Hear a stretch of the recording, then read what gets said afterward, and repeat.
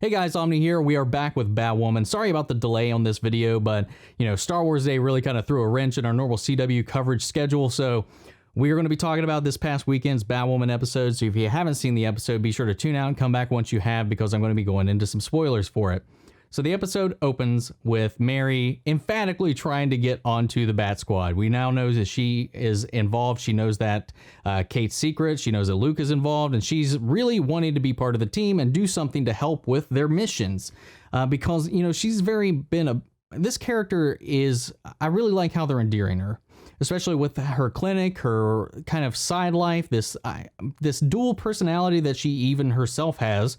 Very fitting for this team, and she's been trying to help Gotham in her own way, and I really like that, and this gives her another avenue to do that, especially now that her clinic's destroyed.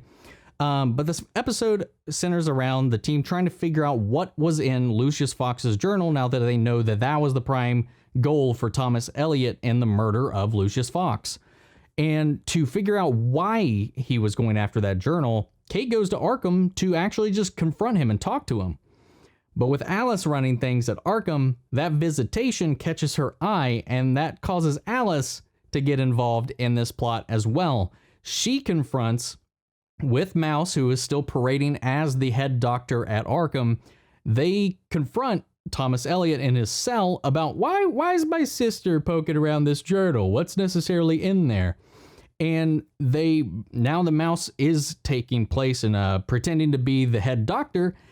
His whole trial, everything that he's in there for, it all hinges on him being insane. And I think the way he's been playing up this Bruce obsession, this insanity in there, might be played up a little bit so that he can get out of the trial portion of it and just kind of remain in Arkham.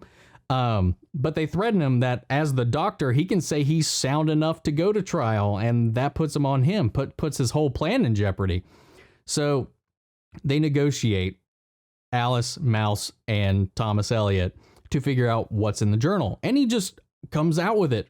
It's like, that journal contains all of Wayne Tech's R&D. It contains a weapon that was created, the designs and everything to create the weapon that we saw earlier in the season, I believe, is what they're hinting at. A weapon that can destroy or penetrate or the bat suit in case it got into the wrong hands. And that prompts the question. It was like, why would Lucius Fox's journal have that in there? And he was like, and he just out says it because Bruce Wayne's Batman to Alice. And she's like, curiouser and curiouser. Just spinning those cogs. And that fits in even more with now that she even knows that her sister is Batwoman. And that kind of connects a lot of threads for her too, I'm sure. But they, again, barter with him and offer, we can get you out of here. And she shows off Mouse's ability and has him Mission Impossible off the doctor's face. And he's like, Thomas Elliot can't walk out of here, but we can make you anybody you want, and they can walk right out. So they're playing up that, and it comes out later that she's released Magpie from Arkham so that they can get the journal. Thomas Elliot calls an associate of his that's supposed to be watching over it, which is in a club in Gotham. And this becomes the primary set piece of the rest of the episode. Julia and Sophia are kind of looking into this whole situation as well with the influence on the Crows, the cover-ups, everything around that. So, and try not to get Mary involved. And this is where the club scene comes in. She's like, oh, I know the club life. I have that my influencer side, that, elite of Gotham. Everybody knows me. I've got my strings I can pull anywhere in the city. I can go. Let me go. But they're like, nah, too dangerous. Luke goes on comms, and she recruits Julia to go with her onto this mission to go undercover into the club to figure out where it is, because they wiretapped the phones at Arkham when Thomas called his associate to get the book out because Magpie would be coming to get it. Funny enough, the guy, knowing that Thomas Elliot's in jail, is just like, so this must be really important. I've never thought about this up to this point, but maybe I can benefit off of this. Which Alice kind of betted on, because, as she says when she talks to Thomas Elliot about it later, is she bets on trusting nobody. So she's surprised that it took him this long to betray him.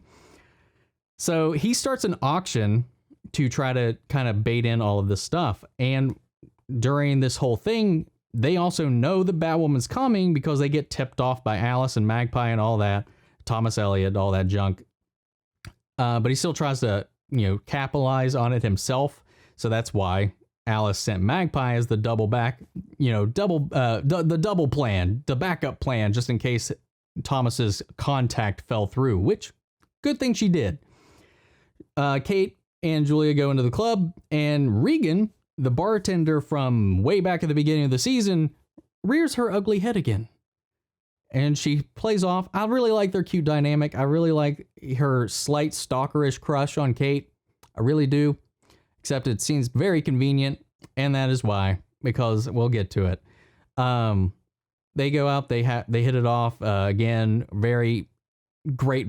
I think they had a really good back and forth, to be honest. And again, I think Luke has the best chemistry with everybody in this show, though. Just the scenes he has between him and the Kate, especially before the club. I like the way they back and forth. I like the way they playfully tease each other, especially Kate, because she can play on his introvertedness a little bit, and it's hilarious. Especially with the same thing when Mary interacts with Luke. I can't ever remember his name, but he does a fantastic job. He sells so much of this show.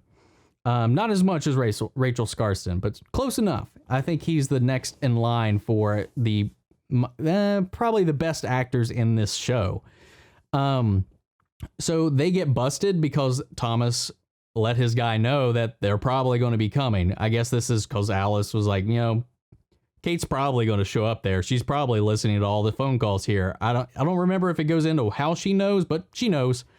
And so they're prepared. They catch Julia and Kate in her bat suit and put her on auction. They chain her up and they put all of her gadgets on this, underground underbelly auction for all these criminals. And one of them, she foiled their little body part plot because they sold body parts. They had like a crate full of people. They were like, here's a bunch of fresh options here.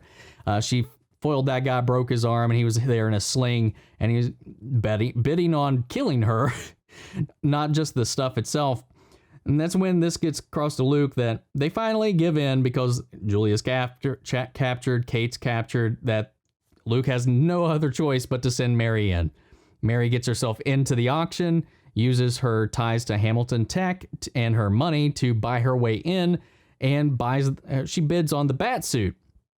She brings the money, this briefcase full of money or whatever, and they're like, well, you can't afford Batwoman and the bat suit. You can afford just the bat suit, but before this guy gets to kill her. The bomb. Already spoilers for the spoilers. The money case that she brought was a bomb. And I gotta say, when this exploded, it was the weakest, lamest firecracker kind of explosion I've seen in one of these shows before. In recent memory, it made me laugh when I was watching it. And it knocks everybody out except for Mary, giving her enough time to actually cut Kate loose. And they get themselves out. They get the journal. And while that's all going on, Magpie sneaks in and gets the journal. And, Mary frees Kate and sends her after Magpie while she gets Julia and they all get out of there. There's Magpie just kind of out for herself in this moment. Still, even though she had her deal, her arrangement, she's just like, I'm free now. So rather than take on Batwoman in this long drawn out fight, she just throws the journal over a ledge and then uses that as a distraction to get away from Kate, because Kate has to jump off the building to grab the journal. And by that time, Magpie's gone. After this is all said and done, she meets back up with Regan as she's leaving the club. They have a great little dynamic, and Kate decides she's going to try that dating game out again, takes her home. They have a little wookie dookie. And Kate wakes up the next morning. Regan's gone, and so's the journal. We got a double agent here. Oh, speaking of which, we learned that Julia's backstory this entire time, this organization she's been claiming to be with, the SRR, has been, that's a whole other thing. The SRR has disavowed her. She's gone rogue, as these henchmen found out earlier when they captured her, because she was like, I'm here. I'm not with Batwoman. I'm with SRR. they're like, no, you're not. We called our man in SRR, and they're like, you've been disavowed. Who are you working for? She's working for someone else too, who is also looking for the journal. Who is that? Is she with Thomas Elliot? I doubt it. This seems like a whole other third party. How many people are after this journal now? How many people know about it? Why would Julia Pennyworth betray everybody over this? What's going on? Why? I don't know. It bothers me. Why did we have to add that in there? Don't know. Maybe have another plot thread just to pad things out later and maybe draw that into the next season, because this is probably going to end up being another organization that ties into something else. So Alice back in Arkham, Jesus. That whole thing just gets me flustered. I'm sorry, I lost my train of thought. Regan apparently made off with the journal, and it makes its way back to Thomas Elliot, because as we learned in this episode, Regan is actually sisters with Magpie, and Magpie used her to get to Kate to get the journal, to get back to Thomas Elliot. Anyway, fun little Hush moments in this, some more references to him later becoming Hush, because when Alice stops the procedure waiting on the journal to come in for him halfway through, leaving his face off because they faked his suicide in Arkham with some rando, put Thomas Elliot's face on him and faked his suicide.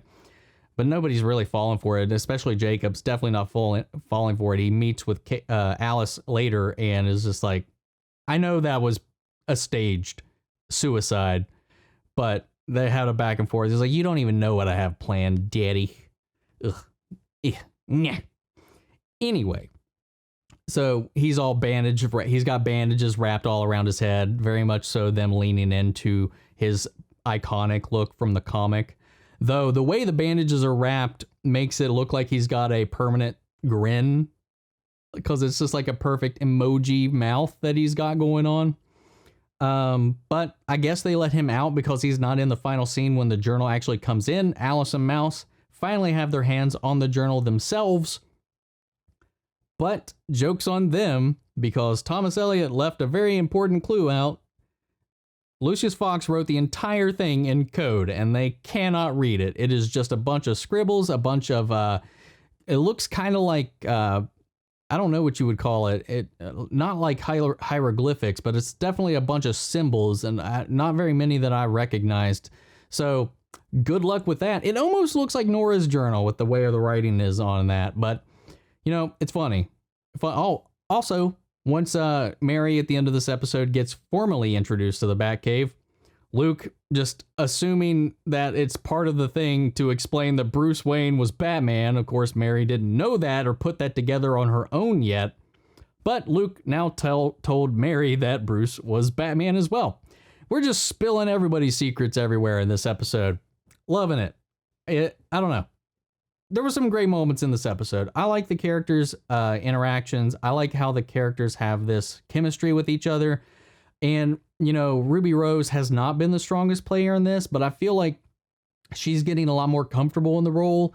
Seeing her interact more, her interactions with Luke are more natural, her interactions with Mary are more natural. I feel like a lot of it's really kind of growing, the character dynamics, and I think Luke and Mary and definitely Rachel Skarsten are still carrying this show.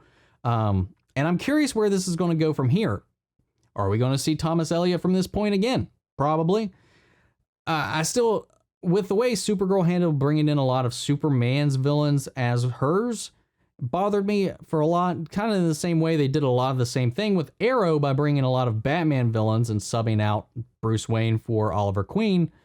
I know there's rights issues, there's all kinds of stuff like that surrounding that, but I'm like, how are you going to tie in or make Hush a core villain against Kate when his whole thing is about Bruce? Unless this is the last time we see him. I don't know. Are they going to do the face switch thing? Because they said we can make you look like anybody, real or imaginary. Are we going to get our look at this world's Bruce Wayne? Because in the comics, this is a little bit of spoilers if this ends up being true. He later takes on and gets surgery to make himself look exactly like Bruce. Are they going to do that in this? Is that our way of getting a Bruce Wayne without actually having Bruce Wayne? And are we going to ever find out what the hell happened to Bruce Wayne? Where's Batman? Are we ever going to find out? I don't know. Who knows? Maybe he'll pop up in Superman and Lois as the crazy uncle. I don't know. I like this episode for the most part. This storyline with Julia can just shove it. I don't need that. I don't want that. And it just makes things a little messy when there's so much going on too. And I think that there's just them trying to get away from this only being about Alice and Mouse, because so much of this season up to this point has literally been purely about Alice and Mouse against Kate and Jacob. So I don't know. So that's about all I can think about for this episode that I wanted to talk about. So let me know your guys' thoughts. Sound off in the comments. We'll carry on the conversation after the video. Thank you all for tuning in.